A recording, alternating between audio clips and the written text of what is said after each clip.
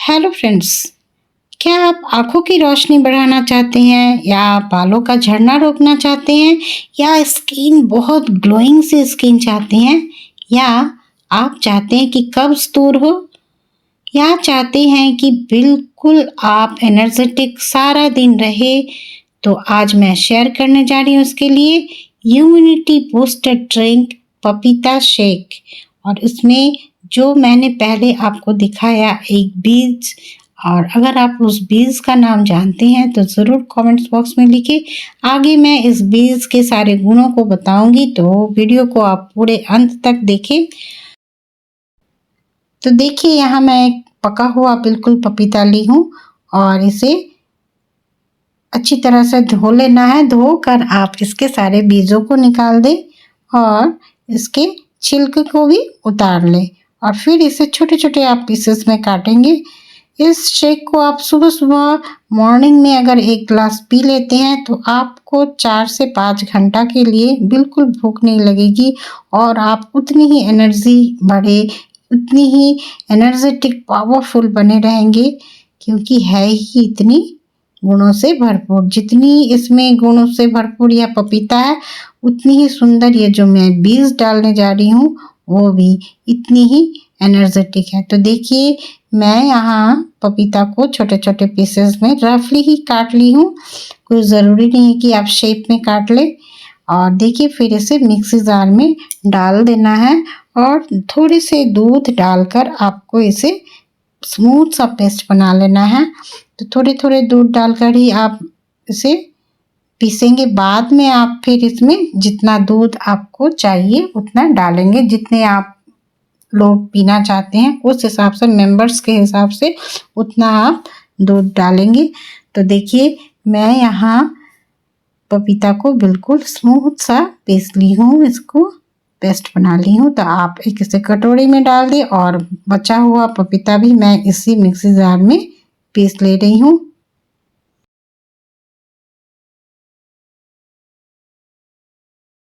तो यहाँ मेरी पपीता बिल्कुल पिस चुकी है। कितनी सुंदर कलर भी है ना, जितनी पकी हुई पपीता रहेगी उतना सुंदर कलर आएगा। और यहाँ देखिए, मैं कुछ ड्राई फ्रूट्स ले ली हूँ। ये इसमें है खजूर, है खजूर के मैंने बीज निकाल दिए हैं, और किशमिश है, फिर बादाम है और काजू है। तो बादाम आप रात को फुला कर भी रख सकते हैं, तो उसके छिलके को हटा देंगे। मेरे पास समय नहीं था इसलिए मैंने ऐसे ही इसे धोकर डाल दिया। और फिर इसे आपको थोड़े से दूध के साथ आप इसे ग्राइंड कर लेंगे। बिल्कुल इसका भी स्मूथ सा पेस्ट बना लेना है।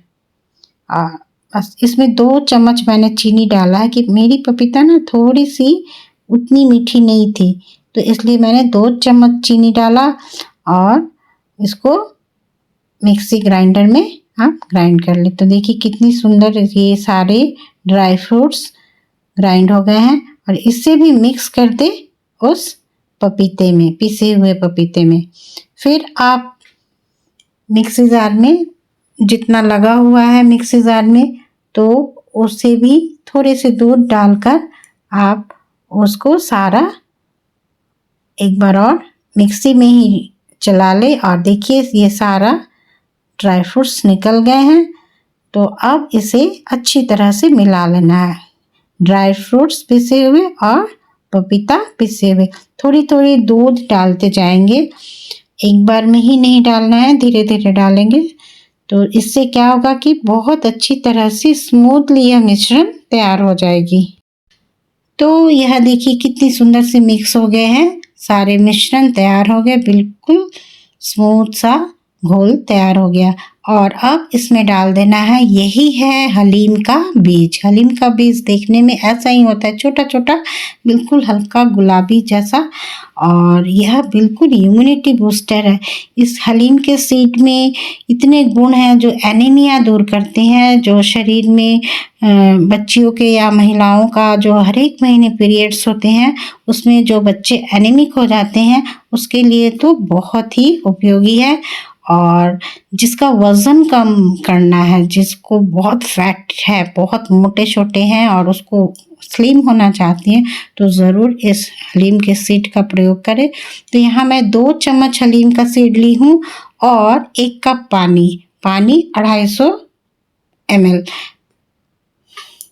और बस इसको रात भर अब अच्छी तरह से भिगो कर रख दें। अगर रात भर भिगोते हैं तो सुबह उठकर देखिएगा बिल्कुल जेली नुमा इस तरह से हो गया। अगर आपके पास समय नहीं है तो आप 1 से 1.5 घंटा के लिए भी इसे भिगो सकते हैं और बिल्कुल ऐसा जेली जेली जैसा फलूदा जैसा हो जाता है। और इसे ज़्यादा बहुत ज़्यादा इसे नहीं कंज्यूम करना है।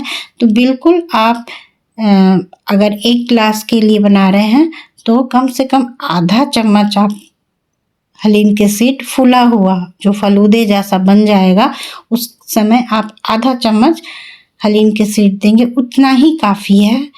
बहुत ज़्यादा 1 से 2 चम्मच नहीं डाल देना है। यहाँ 2 चम्मच अगर हलीम के सीड आप भिगो रहे हैं तो कम से कम यह 3 से 4 दिन के लिए आपका चलेगा। तो मैं यहाँ 2 चम्मच भिगोई हूँ तो मैं यहाँ इसे 4 दिन तक इसे यूज़ करूँगी। तो जब आप मिलाएंगे पपीते के शेक में 1 ग्लास के लिए तो कम से कम आधा चम्मच ही उसमें हलीम का सीड देंगे, क्योंकि यह फूल जाता है पेट में जाकर, यह और भी फूलेगा जिस कारण आपको भूख बहुत कम लगती है। पेट बिल्कुल फूला फूला हुआ सा भरा भरा सा पेट रहता है और यह अपना काम करता जाता है और आपको भूख भी नहीं लगेगी। तो आप बहुत ज़्यादा ओवर ईटिंग नहीं करेंगे। बिल्कुल डाइट के लिए एकदम उपयोगी शेक है। आप यह पपीते के शेक में भी मिला सकते हैं। आप अगर चाहे तो सेब, एप्पल, बनाना किसी भी शेक के साथ इसे हलीम का सीड देकर आप मॉर्निंग में अर्ली इन द मॉर्निंग इसको खा लीजिए। ब्रेकफास्ट की जगह इसे खाइए, बहुत ही अच्छी ब्रेकफास्ट हो जाएगी।